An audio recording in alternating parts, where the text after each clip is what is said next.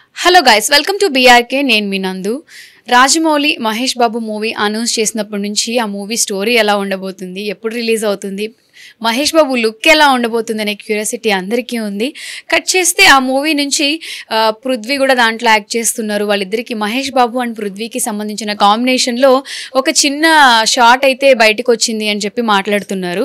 అసలు ఈ మూవీకి సంబంధించి ఎటువంటి అప్డేట్స్ అయితే ఇప్పటి వరకు లేవు. మరి ఆ చిన్న క్లిప్పింగ్ ఒకటి బయటకు రావడం వల్ల పృథ్వీ దీనిపైన రెస్పాండ్ అవడం కూడా మనం చూసాము. దీనికి సంబంధించిన పూర్తి డీటెయిల్స్ మనతో పాటు దాసరి విజ్ఞాన్ ఉన్నారు. విజ్ఞాన్ అడిగి తెలుసుకుందాం. హలో అండి. అసలు వీళ్ళిద్దరి కాంబినేషన్ మూవీ ఎలా ఉండబోతుంది, స్టోరీ ఏంటి అనేది ఎవరికీ తెలియదు. కట్ చేస్తే ఇప్పుడు ఒక చిన్న క్లిప్పింగ్ అయితే బయటకు వచ్చింది అనే టాక్ వినిపిస్తుంది. అండ్ ఈ చిన్న క్లిప్పింగ్ బయటకు రావడం వల్ల మూవీకి ఏమైనా ఎఫెక్ట్ అయ్యే ఛాన్సెస్ ఉంటాయా?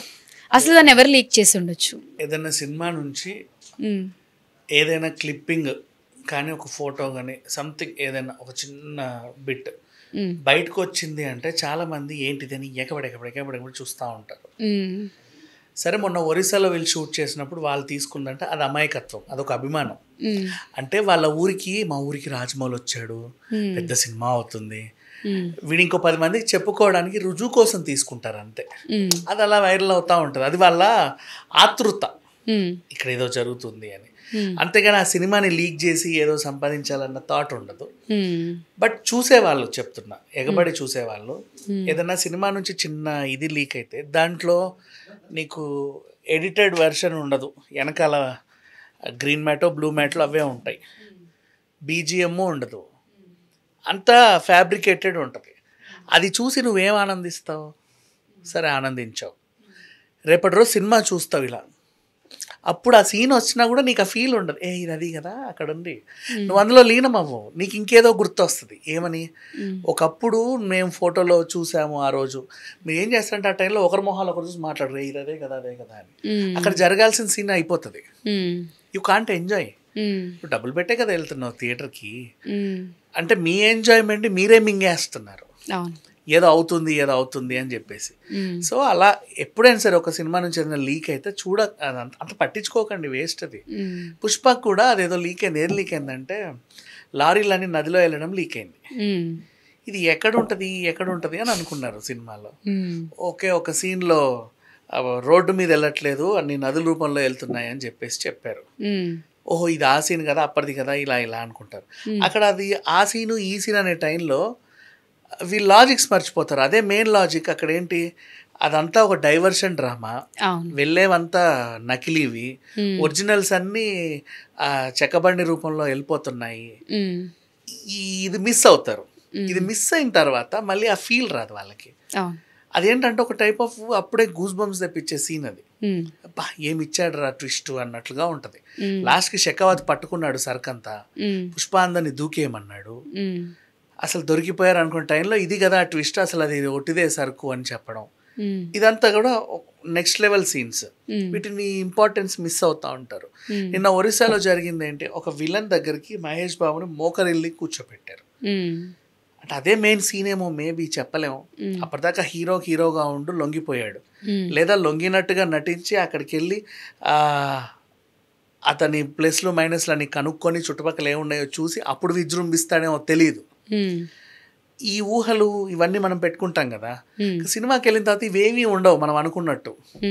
అంచనాలకు అందలేదండి అంటారు. నిన్ను ఎవడు పెట్టుకోమన్నాడు రా అంచనాలు? అదేదో సినిమాలా చూసి వస్తే బాగుంటే బాగుంది, బాగాలేకపోతే బాగాలేదు, that's all. And leaked versions చూసిన ప్రతిసారి, ఇప్పుడు పృథ్వీ ఒపీనియన్ కూడా అదే. ఏంటది, మహేష్ బాబు పక్కన పృథ్వీ ఉన్నట్టుగా చూశారు.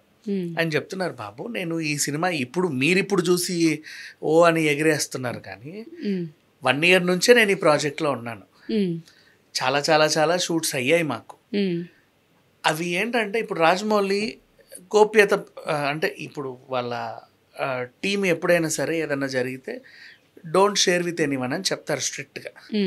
అందుకని చెప్పి మాకు చెప్పడానికి లేదు, మేము చెప్పం కూడా, మీరు కూడా దాన్ని గౌరవించండి.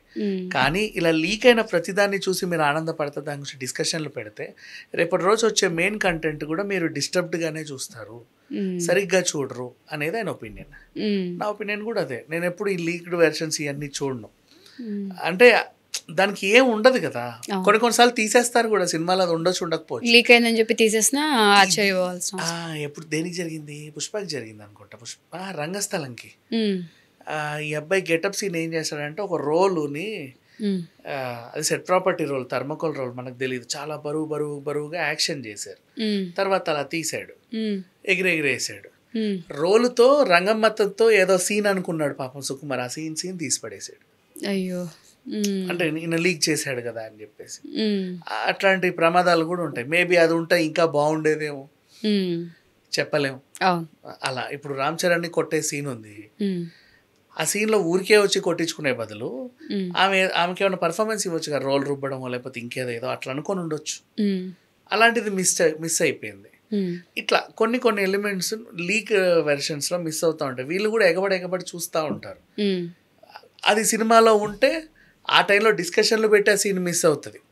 సినిమాలో లేకపోతే వీడికి ఇంకా పెద్ద డిసప్పాయింట్మెంట్, నేను ఏదో అద్భుతంగా చూశాను అది ఇక్కడ లేదు అని. ఇలాంటివి ఉంటాయి. మైండ్లో 100 రకాల క్వశ్చన్స్ రన్ అవుతూ ఉంటాయి. సో లీకేజెస్తో ఎప్పుడు కూడా ప్రమాదమే. అండ్ లీక్ చేసే వాళ్ళు నేను ఎప్పుడు ఏమన్ను, ఎందుకంటే వాళ్ళు కావాలని ఈ సినిమాని ఇబ్బంది పెట్టాలని లీక్ చేయరు. వాళ్ళ ఆతృత, మా ఊరికి ఇల్లు ఎవరో వచ్చారు, ఏదో జరుగుతుంది అని. ఇప్పుడు నేను వచ్చి చెప్తా, అక్కడ బజార్లోకి రాజమౌళి వచ్చాడు, మహేష్ బాబు, పారా ఏం చెప్తావు, నిజం చూడు, రుజువు కోసం అమాయకంగా తీసుకుంటారు, అంతేగాని నీ సినిమాని డ్యామేజ్ చేయాలని మాత్రం ఎవరికి వాళ్ళకి ఉండదు, ఇంటెన్షన్లో కాదు. సో ఇప్పుడు రిలీజ్ అయినంత మాత్రాన వచ్చే నష్టం ఏం లేదనుకోవాలి. అండ్ అసలు ఈ సినిమా స్టోరీ ఎలా ఉండబోతుంది అండ్ ఏ లైన్ మీద తీసుకున్నారు అనేది. రాజమౌళి గారి సినిమాలు ఏవైనా సరే కథ ఏంటో ఆయన ముందే చెప్పేస్తాడు. ఆయన కథ ముందే చెప్పి, బాబు నేను ఇదే తీస్తున్నా, నువ్వు ఎక్స్ట్రా అంచనాలు ఏం పెట్టుకు చావకు, వచ్చి దాన్నే చూడు, నేను ఎలా తీసానో చూడు. ఇప్పుడు ఏంటి రామాయణం తీస్తున్నావు అంటే, రామాయణం అందరూ తెలుసు కదా, ఎలా తీసారో చూడ్డానికి వెళ్తారు. సో రాజమౌళి ఏంటి అంచనాలు నీకు ముందే ఇచ్చేస్తాడు అనమాట. ఇది నా స్టోరీ, ఇలా ఉంటుందండి. అండ్ దానికి RRR కూడా ముందు నేను భీమ్ని అండ్ సీతారామరాజుని కలిపాను.